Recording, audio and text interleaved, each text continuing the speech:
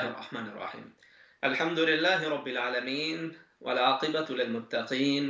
والصلاة والسلام على أشرف الأنبياء والمرسلين. أما بعد فأعوذ بالله من الشيطان الرجيم. بسم الله الرحمن الرحيم. إنما يريد الله ليذهب عنكم الرجس أهل البيت ويطهركم تطهيرا. صدق الله العظيم. ناظرین کرام، السلام علیکم ورحمۃ اللہ وبرکاتہ۔ پروگرام جستجو میں دل کی اتھا گہرائیوں سے میں آپ میں سے ہر ایک کو خوش آمدید کہتا ہوں۔ امید کرتا ہوں آپ تمام احباب بخیر و عافیت ہوں گے، اور یہ دعا کرتا ہوں کہ اللہ کریم آج کی رات اور آنے والے دن کے ہر طرح کے شر سے آپ میں سے ہر ایک کی حفاظت فرمائے، اور اللہ کریم آج کی رات اور آنے والے دن کی ہر طرح کی خیر و برکت سے ہم سب کو حصہ نصیب فرمائے۔ جو زندگی گزر چکی اس کے اندر ہونے والی خطاؤں کو اللہ رب العزت معاف فرمائے، اور آنے والی زندگی کے اندر ہر طرح کی محتاجی، پریشانیاں، مصائب و آلام سے بچا کر اللہ رب العزت خیر و عافیت، صحت، تندرستی، سلامتی کے ساتھ اپنے اور اپنے حبیب کریم صلی اللہ علیہ وسلم کے بتائے ہوئے راستے پر چلنا نصیب فرمائے۔ ناظرین کرام، پروگرام جستجو کے اندر ہم ایک تسلسل سے مختلف ٹاپکس پہ بات کرتے چلے آ رہے ہیں۔ چونکہ ماہ ذی الحجہ اپنے اختتام کے قریب آ پہنچا ہے، یہ ہجری سال کا آخری مہینہ ہے، اور محرم الحرام سے نئے ہجری سال کا آغاز ہو جاتا ہے۔ عمومی طور پہ میڈیا،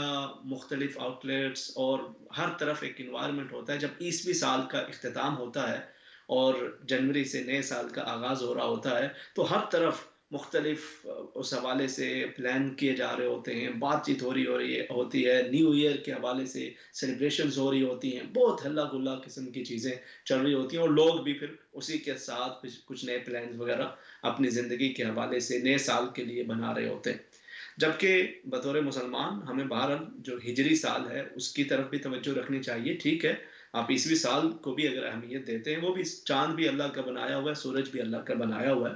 لیکن بہرحال چونکہ یہ خاص طور پر اس کی نسبت نبی کریم صلی اللہ علیہ وسلم کی امت کے ساتھ خاص ہے، اور پھر سیدنا عمر فاروق رضی اللہ تعالی عنہ نے اس کا باقاعدہ اہتمام فرمایا، محرم الحرام سے اس کا آغاز ہوتا ہے، تو اس کے اندر ہمیں بہت سارے اسباق ہیں۔ ہمارے لیے ان اسباق پہ عمل کرنے کے لیے ضروری ہے کہ ہمیں یاد تو ہو، کم سے کم پتہ تو چلے کہ ایک ہجری سال اپنے اختتام کو پہنچ چکا ہے اور نئے ہجری سال کا آغاز ہو رہا ہے۔ تو جب آپ یہ چیزیں ذہن میں رکھتے ہوئے اور وہ واقعات جو پیش آئے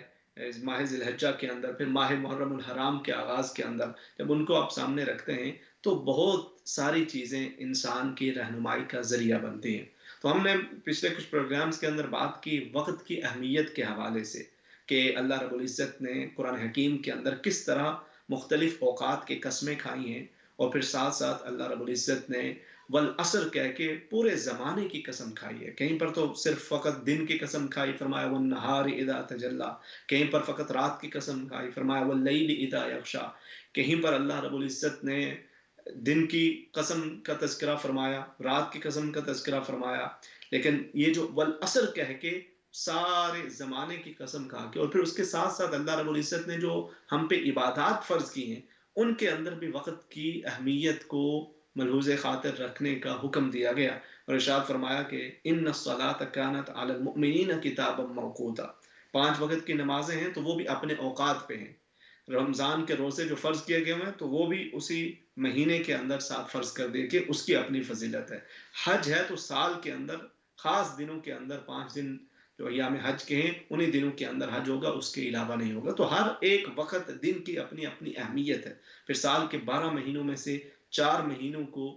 حرمت والا مہینہ قرار دے دیا گیا۔ تو وقت کی اہمیت کو سمجھنا بطور مسلمان ہمارے لیے بہت ہی ضروری ہے، اور آج بڑی بدقسمتی کی بات یہ ہے کہ ہم وقت کی اہمیت کی طرف توجہ نہیں دیتے۔ من حیث القوم ہمارے، آپ مختلف میٹنگز کو لے لیجئے، پروگرامز کو لے لیجئے، وہاں پہ آپ کسی کو دعوت پہ بلائیں، آپ کسی کی دعوت پہ جائیں تو یہ پوچھا جاتا ہے جی اپنا ٹائم ہے یا انگلش ٹائم ہے؟ تو یہ بڑے افسوس کی بات ہے۔ ہونا تو یہ چاہیے کہ ہمارا جو ٹائم ہے، جس کو آپ اپنا ٹائم کہتے ہیں، وہ زیادہ وقت کے پابندی کا مظہر ہو، بجائے اس کے کہ اپنا جب کہا جاتا ہے اپنا ٹائم تو مطلب یہ ہے کہ آپ گھنٹہ بعد بھی آئیں گے تو تب بھی ابھی پروگرام شاید شروع نہ ہوا ہو۔ تو اس طرح کی سوچ اور اس طرح کا طرز عمل مناسب نہیں۔ وہ کہتے ہیں کہ کوئی ایک یہاں سے کوئی انگلش مین، وہ پاکستان یا اس وقت بر صغیر کا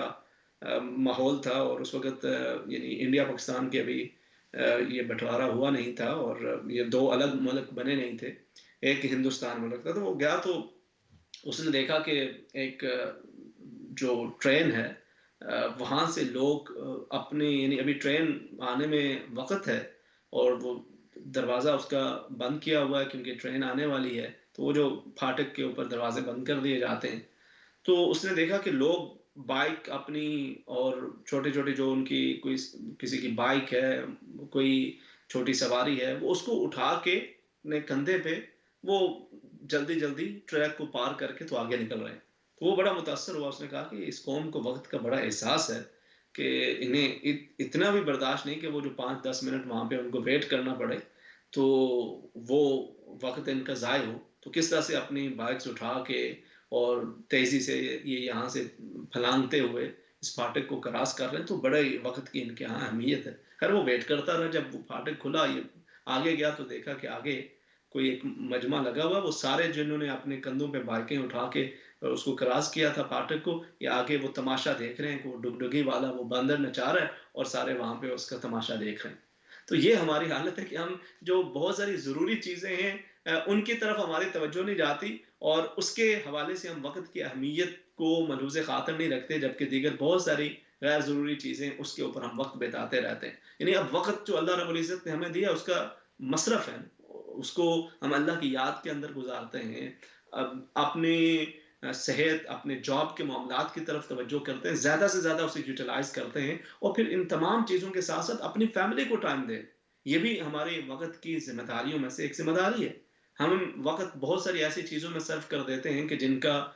کوئی مصرف نہیں ہوتا، کوئی فائدہ نہیں ہوتا، نہیں بالکل وقت ضائع ہوتا چلا جا رہا ہے. آپ نہ اپنے بیوی بچوں کو ٹائم دے پا رہے، نہ اپنی فیملی کو ٹائم دے پا رہے، اور نہ ہی اس ٹائم کو آپ اپنے کسی دینی یا دنیاوی فائدے کے لیے یوٹیلائز کر رہے ہیں. تو آپ اپنی زندگی کو ضائع کرتے چلے جا رہے ہیں نا. یہ وقت ہمارے پاس سب سے قیمتی دولت ہے. اس دولت کی اہمیت کو سمجھ جانے والے لوگ بڑی کامیابیاں حاصل کیا کرتے ہیں. تو آپ بچوں کو، اپنی فیملی کو، والدین کو اپنے اپنی جگہ پہ، صرف یہ نہیں ہوتا کہ آپ ان کو کھلونے لے کے دے دیں، بچوں کو کھلونے لے کے دے دیے، والدین کو کبھی سال میں ایک گفٹ دے دیا تو فقط وہ کافی ہو جاتا ہے. وقت دینا، یہ آپ کے جو قریبی رشتے ہیں ان کو وقت دینا انتہائی ضروری ہوتا ہے. اب اپنے بچوں کو وقت دیں. ہم بسا اوقات اپنے بچوں کو آئی پیڈ وغیرہ دیگر چیزیں دے کے انہیں بٹھا دیتے ہیں اور خود فون پہ ان کے ساتھ لگے ہوتے ہیں جو کسی دوسری جگہ پہ موجود ہیں. پورا دن اس کے اوپر گزر جاتا ہے یا سوشل میڈیا پہ دیکھتے ہوئے گزر جاتا ہے. ہم یہ سمجھتے ہیں کہ میں بہت مصروف ہوں، میں نے فلانے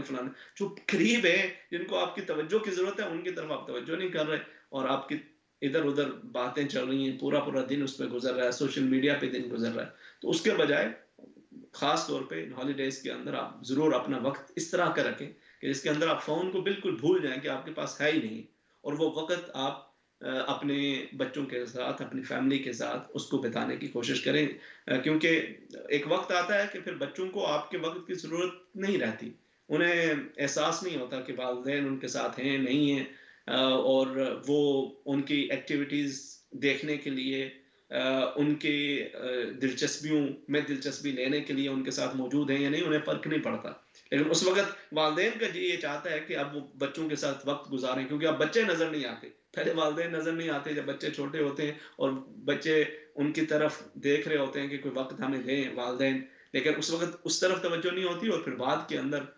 جب والدین کا جی چاہتا ہے لیکن اس وقت پھر بچوں کے پاس وقت نہیں ہوتا. تو اس لیے کوشش کریں کہ جو وقت دیا ہوا ہے، ہم خاص طور پہ نوجوان جو والدین ہیں وہ اپنے بچوں اپنی فیملی کو وقت دینے کی کوشش کریں. یہ آپ کے وقت کی جو امانت ہے اس کے صحیح استعمال کے طریقوں میں سے ایک یہ بھی ہے کہ آپ اپنے قریبی رشتوں کو وقت ضرور دیں. آج کے دور کے اندر وقت دینا، یہ کیونکہ وقت وہ کہتے ہیں ٹائم از منی، جبکہ time is more then that. لیکن بہرحال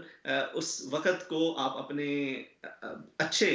طریقے سے استعمال کریں گے تو آپ کو دنیا کے اندر بھی فائدہ ہوگا، آخرت کے اندر بھی فائدہ ہوگا. تو اس کے حوالے سے بھی ہم نے ڈیٹیلز میں بات کی. پھر اس کے بعد محرم الحرام کے اندر جو اہم واقعات ہوئے اس کو بھی ہم نے تفصیل کے ساتھ ذکر کیا، تاریخی واقعات بھی ہوئے. پھر ہم نے صبر کے حوالے سے بات کی، کیونکہ یہ صبر ہمیں حضرت امام حسین رضی اللہ تعالی عنہ اور سیدہ زینب رضی اللہ تعالی عنہ اور آپ کے پورا جو خاندان آل رسول صلی اللہ علیہ وسلم ہے، خاندان رسول کریم صلی اللہ علیہ وسلم، ان کی اس قربانی کے اندر ہمیں صبر و تحمل بڑا اعلیٰ اس کا نظارہ ملتا ہے اور بڑا بہترین اس کا منظر ہمیں نظر آتا ہے۔ تو ایک تو اس کی طرف انسان متوجہ رہے، پھر آج ہم یہ چاہتے ہیں کہ کچھ بات ساتھ ساتھ اب جو قرآن حکیم کے اندر اہل بیت اطہار رضوان اللہ تعالی علیہم اجمعین کے حوالے سے جو کچھ آیات مبارکہ ہیں، ان میں سے کچھ آیات مبارکہ میں آپ کے سامنے رکھتا چلوں، کیونکہ یہ ضروری ہے۔ آج جب ہم بات کرتے ہیں نا، یہ محبت ہونی چاہیے، نبی کریم صلی اللہ علیہ وسلم کے ساتھ محبت ہو، آپ کے آل کے ساتھ محبت ہو، آپ کے صحابہ کرام کے ساتھ محبت ہو۔ تو there are some people who think that what's the point کہ آپ محبت کی بات کر رہے ہیں، بس ٹھیک ہے، ان کی سیرت کو پڑھا، ایک ان کو فالو کر لیا، بس اتنا کافی ہے۔ آپ کیا سمجھتے ہیں یہ جو ہمارے بچے ہیں، ان کو بار بار یہ کارٹونز دکھائے جاتے ہیں، مختلف کریکٹرز بنائے جاتے ہیں، اور وہ ان کو بار بار دیکھتے ہیں، اس قدر ان کو خوبصورت بنا کے پیش کیا جاتا ہے، اس قدر ان کو سپر نیچرل دکھایا جاتا ہے کہ وہ بچے آہستہ آہستہ ان کے ساتھ اس طرح سے جڑ جاتے ہیں کہ وہ جو بھی وہ کریں یہ وہ کرنا چاہتے ہیں، یہ ان کی زندگی کے اندر رچ بس جاتے ہیں۔ یہ کریکٹرز انہیں بسا اوقات اپنے کئی رشتہ داروں سے زیادہ انہیں ان کریکٹرز کے بارے میں پتا ہوتا ہے۔ تو یہ کیسے ہوتا ہے کہ وہ بار بار اس چیز کو دیکھتے ہیں، پھر وہ ان کا ایک ہیرو بن جاتا ہے۔ کوئی کیپٹن امریکہ کو فالو کر رہا ہے، بس کوئی وہ بیٹ مین ہے، کوئی اسپائڈر مین ہے، کوئی فلاں ہے، کوئی فلاں ہے، اپنے اپنے کریکٹرز کو بچوں نے دیکھ دیکھ کر ان کے دل و دماغ کے اندر اس طرح سے وہ رچ بس گئے کہ وہ ان کے ہیرو بن گئے، وہ ان کے رول ماڈل بن گئے۔ تو آپ اپنے بچوں کو ریئل ہیروز کے بارے میں بھی ضرور بتائیں، اور جب تک آپ بار بار ان کے بارے میں بات نہیں کریں گے، ان کی عظمت نہیں بتائیں گے۔ دیکھیں، کسی سے محبت، کچھ محبتیں ہوتی ہیں نیچرل، آپ کے دل کے اندر اپنے ماں باپ کی محبت ہے، بچوں کی محبت رکھ دی گئی ہے، دیگر کئی چیزیں اس طرح سے ہوتی ہیں۔ کچھ وہ محبتیں ہیں جن کو پیدا کرنے کے لیے آپ کو ایک ایفرٹ کرنی پڑتی ہے، اور یہ محبت ہمارے اپنے فائدے کے لیے ہے۔ آپ اپنے بچوں کے، نبی کریم صلی اللہ علیہ وسلم نے ارشاد فرمایا قرآن حکیم کے اندر، جو پہلی آیت مبارکہ اسی حوالے سے، فرمایا قل لا اسألکم علیہ اجرا، اے حبیب کریم صلی اللہ علیہ وسلم آپ ارشاد فرما دیجیے، یہ جو میں صبح و شام تمہیں رب کی طرف بلاتا ہوں، یہ جو گھروں کے اندر فاقے چل رہے ہیں مگر میں پھر بھی تمہیں رب کی طرف بلا رہا ہوں، یہ جو طائف کے پہاڑوں کے اندر مجھ پہ ظلم و ستم کیے جاتے ہیں، یہ کبھی بدر و حنین کے میدانوں کے اندر تکالیف کا سامنا کرنا پڑتا ہے، یہ کبھی صحن حرم کے اندر مجھے ستایا جاتا ہے، یہ جو تمام تر تکالیف میں جھیلتا چلا جا رہا ہوں، تمہیں پھر بھی رب کی طرف بلا رہا ہوں، اس تمام مشقت پر، اس تمام دعوت پر تم سے کوئی مطالبہ نہیں ہے سوائے اس کے کہ المودۃ فی القربا، کہ میری قربت داروں سے، میرے قرابت داروں سے، میری اہل بیت سے محبت کرو۔ یہ محبت کرنا، اس سے نبی کریم صلی اللہ علیہ وسلم یا آپ کے اہل بیت کو کوئی فائدہ نہیں ہوگا، یہ ہمارے لیے فائدے کا ذریعہ ہے دونوں حوالوں سے۔ آخرت کے اندر تو جو اجر ثواب اور اس کے فضائل ذکر کیے گئے انشاءاللہ وہ بھی ہم آگے ذکر کریں گے، لیکن اس دنیا کے اندر بھی آج خاص طور پہ یہاں ویسٹ کے اندر رہتے ہوئے ہم اپنے بچوں کو ان ہیروز کے بارے جب تک بتائیں گے نہیں، جب تک ان کی محبت ان کے دلوں کے اندر پیدا کرنے کی کوشش نہیں کریں گے، تو پھر یہ دوسرے ہیروز کو، سو کالڈ ہیروز کو اپنا ہیرو بنا لیں گے، رول ماڈل بنا لیں گے، اور پھر ہم کافی افسوس ملتے رہتے ہیں اور ہمارے پاس پھر کوئی آپشن نہیں بچتا۔ تو بچوں کو کسی نہ کسی کو تو انہیں فالو کرنا ہوتا ہے، کوئی نہ کوئی ایسا ان کے ذہن میں، ان کی زندگی میں ہوتا ہے کہ جس کو وہ ایز اے ہیرو دیکھتے ہیں یا اسے فالو کرنا چاہتے ہیں، وہ اسے رول ماڈل بنانا چاہتے ہیں۔ تو آپ ان کو ان رول ماڈلز، ان کی زندگیوں کے بارے اگر بتائیں گے، اگر بچوں کو پتا ہوگا کہ جناب سیدنا امام حسن رضی اللہ تعالیٰ عنہ، سیدنا امام حسین رضی اللہ تعالیٰ عنہ، حضرت فاطمہ الزہرا رضی اللہ تعالیٰ عنہ، سیدتنا زینب رضی اللہ تعالیٰ عنہ نے کس جواں مردی سے، کس استقامت سے یہ پورا خاندان رسول صلی اللہ علیہ وسلم کھڑا رہا، اور کس قدر مصائب و آلام کا انہیں سامنا کرنا پڑا، لیکن اس کے باوجود ان کے پائے استقلال میں کوئی لغزش نہ آئی۔ تو جب ان کی زندگیاں بار بار ان کے سامنے بیان کی جاتی رہیں گی تو ان کا دل ان کی طرف مائل بھی ہوگا، اور یہ انہیں ایز اے رول ماڈل دیکھنا بھی شروع کریں گے۔ اور قرآن حکیم کے اندر بھی اللہ رب العزت نے مختلف